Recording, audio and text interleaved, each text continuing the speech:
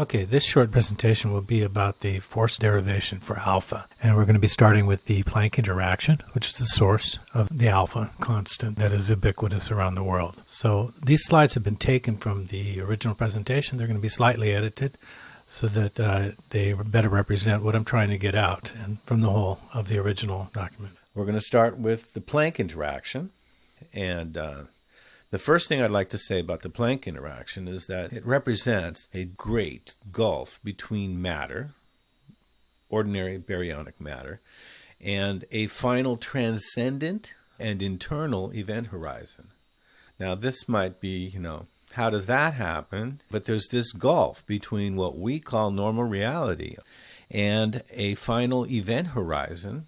This Planck interaction, it's internal, and it's non-local at the same time. It's non-local because it's transcendent. It's completely out of our range.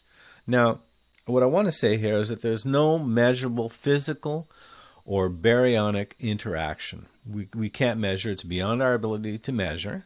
Okay, so it appears to be non-local. Okay, and it occurs in a very, very high energy, the Planck force. Okay, and this enables it to influence everything in the universe. Okay.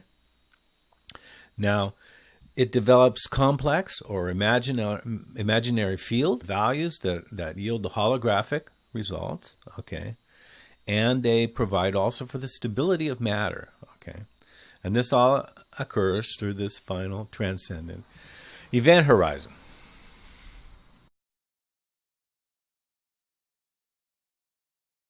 To our eccentricity diagram. For this time, we're at the level of the Planck interaction.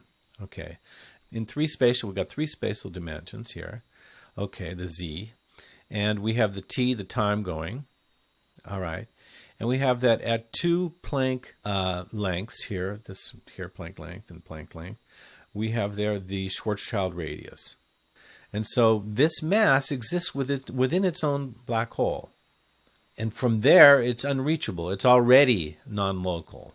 Okay, can't get there because of the rules that govern interactions with normal space and black holes. This interaction serves as a universal quantum background. Okay, so it's not what we thought it might be. It's something much more intriguing.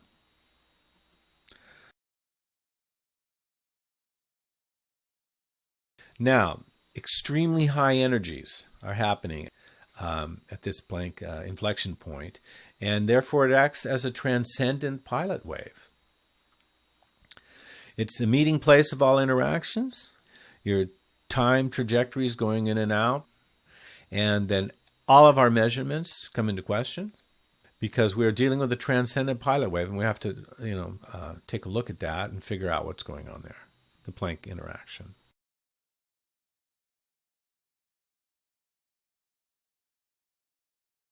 Okay, it's an event horizon. It alternates at the Planck frequency, extremely high frequency, and completely beyond our ability to measure it. But there are some things we can calculate. One of them is the fact that the Planck interaction is the only source, universal force derivation of the alpha constant.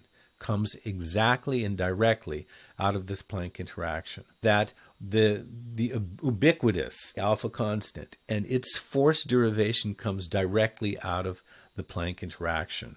And I have the numbers here for you. You can see them here, and they're broken down here. The item being the Planck mass, 1.707 Planck mass, half the Planck mass.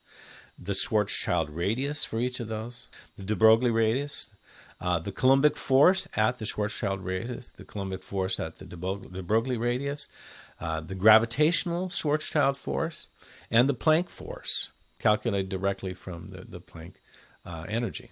And here are the ratios, and you can see we have our alpha constant appearing in different ways. And this is the only place you'll find a force derivation of the alpha constant. It's called the Planck interaction.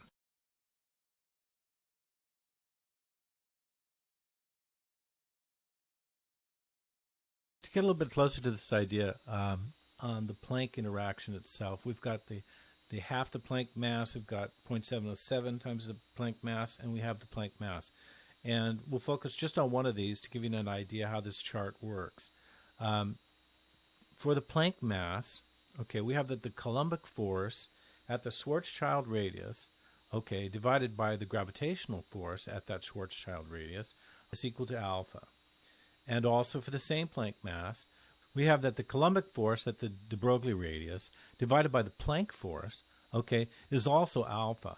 So at every point in the universe, we have a source for the alpha constant. The Planck force is a gravitational calculation.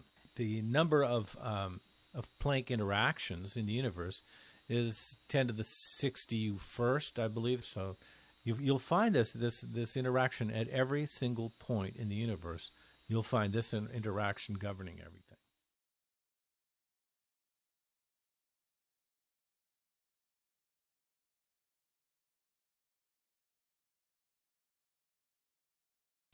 We also find at the same time that this alpha constant force derivation gives us charge. So this same interaction is the source of all charge as well. And I have the equation here for you. And it's explained here a little bit more in depth. You see that the energy of any particle times its wavelength under the charge will actually give you the alpha constant.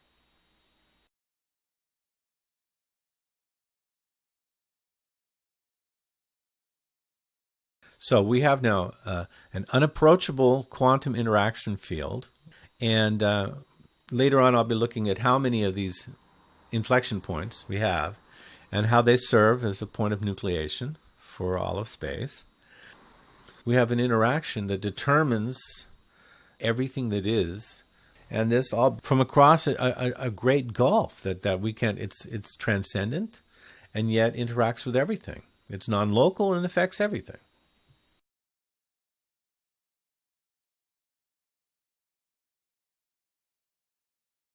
Now, I've calculated the number of these interaction domains, and we've got roughly 3 to the 61st domains.